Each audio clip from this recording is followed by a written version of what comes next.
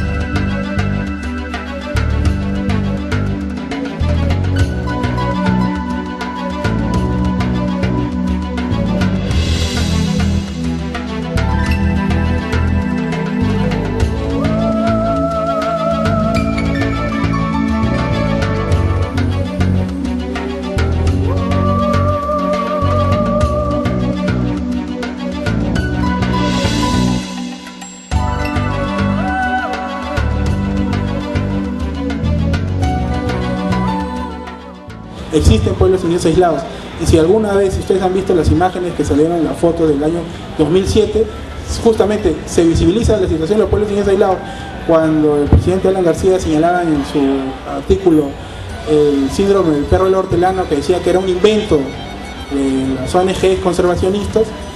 2 semanas después salieron las imágenes a nivel mundial de que estos pueblos existían, ¿no? Entonces, justamente por el rol que tienen las áreas naturales protegidas, es que se visibiliza la situación de estos pueblos. Y vale señalar que es importante rescatar y desarrollar una línea de trabajo en ese sentido. Y es que actualmente, y esto poca gente lo conoce, se está discutiendo un proyecto de ampliación de operaciones, y este proyecto, el lote 88, se superpone a una reserva territorial donde viven pueblos indígenas aislados que se llaman los Náhuatl Huapacori. Entonces, ¿por qué se vuelve relevante? Porque según el compromiso de la empresa y del propio Estado peruano con uno de los mayores financistas, que era el Banco Interamericano de Desarrollo, es que esta superposición, solamente la empresa y el Estado peruano iba a velar porque así sea, iba a operar en el 5%, o sea, son 144.000, 149.000 hectáreas cuadradas, solo el 5% en 2 de sus plataformas, Cachiriari y San Martín, iba a operar la empresa.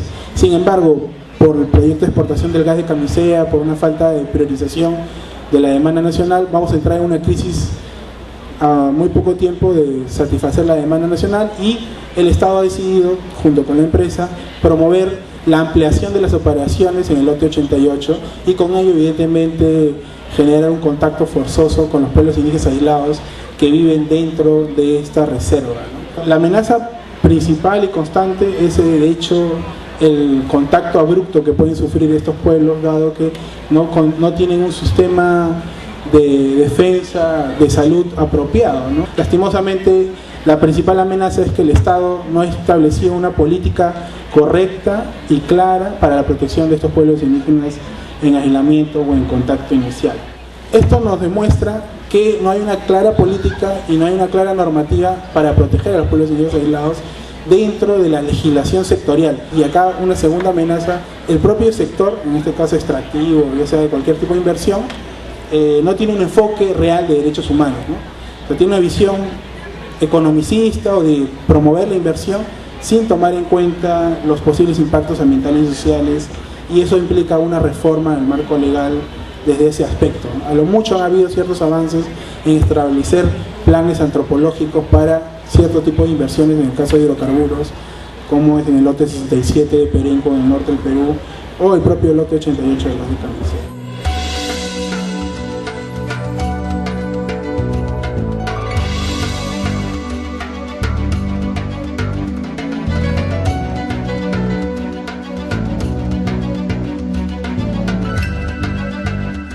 Entonces, una primera conclusión es que hoy en día en el Perú no tenemos una institucionalidad preparada para proteger a estos pueblos. Entonces, aquí, ¿qué hace falta? ¿Cuál es entonces las medidas urgentes. El Ministerio de Cultura, que tiene un viceministerio de Interculturalidad, tiene que consolidarse como un ente rector en la protección de los pueblos indígenas y entre ellos la protección de los pueblos en aislamiento y contacto inicial. Y como ente rector tiene que emitir normativas para proteger a estos pueblos. Un segundo punto es el de la gestión pública orientada a la protección de estos pueblos. No puede ser que por un lado un ministerio trate de crear una reserva y protegerla, y por otro lado otro ministerio ahí en esa reserva quiera autorizar actividades extractivas, por ejemplo, o descuide su intervención y, por ejemplo, se permita la tala ilegal en estas zonas donde debe haber una estricta protección.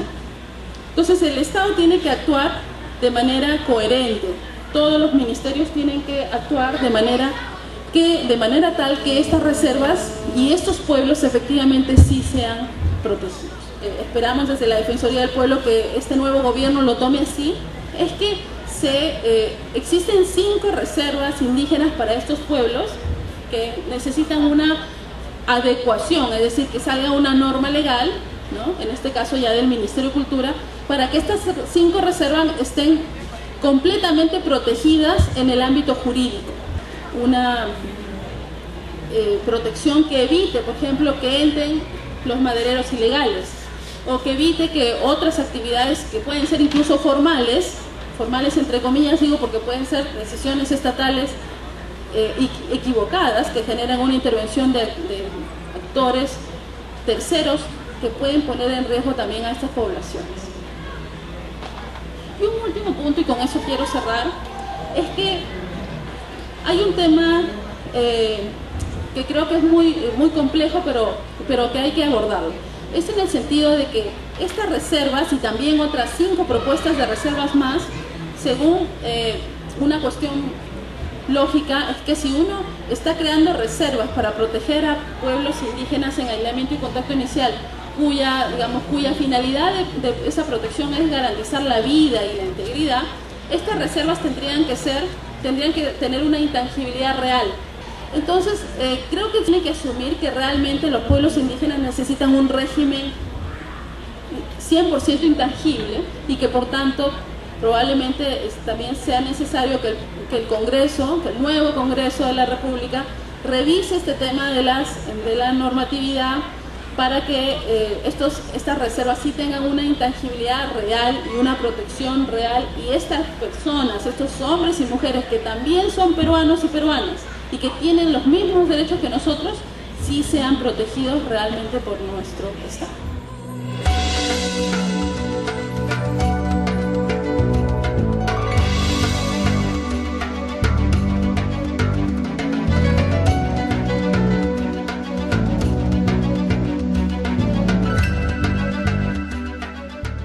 Después de ver a los nahuas en el año 85, los he seguido viendo. Ahora están en Cerjal, ya no están en el Parque Nacional del Mano. No están en las mejores condiciones que uno quisiera. Por eso siempre me pregunto, ¿para eso los contactamos?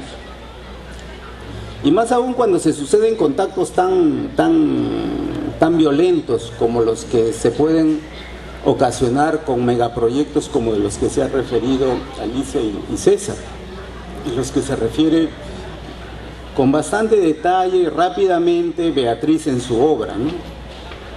La vulneración de los derechos a la salud, a la vida, no está desligado de las otras vulneraciones, sobre todo de la vulnerabilidad política que tienen estos pueblos.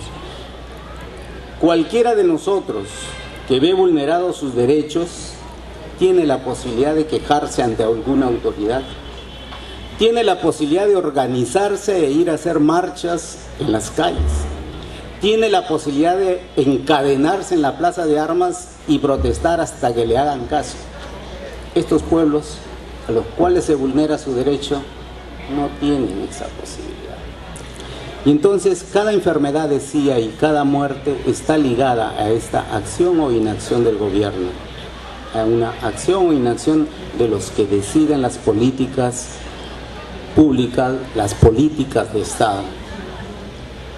¿Por qué? Porque ello es lo que permiten que ingresen gente foránea, empresas o particulares, personas, a talar madera, a hacer las grandes explotaciones madereras, en fin, a ingresar por diversos intereses a donde viven tranquilamente estos pueblos. Y ustedes dirán, pero lo mejor es pues civilizarlos, que vivan la modernidad, ¿para qué? Todos, esa es parte de la inclusión social que a veces estamos tentados a extender. Pero cuidado, pues, como repito, ¿para qué? Para después dejarlos por allá a cientos, a miles de kilómetros olvidados, como parte de la extrema pobreza que tenemos aún en nuestro país.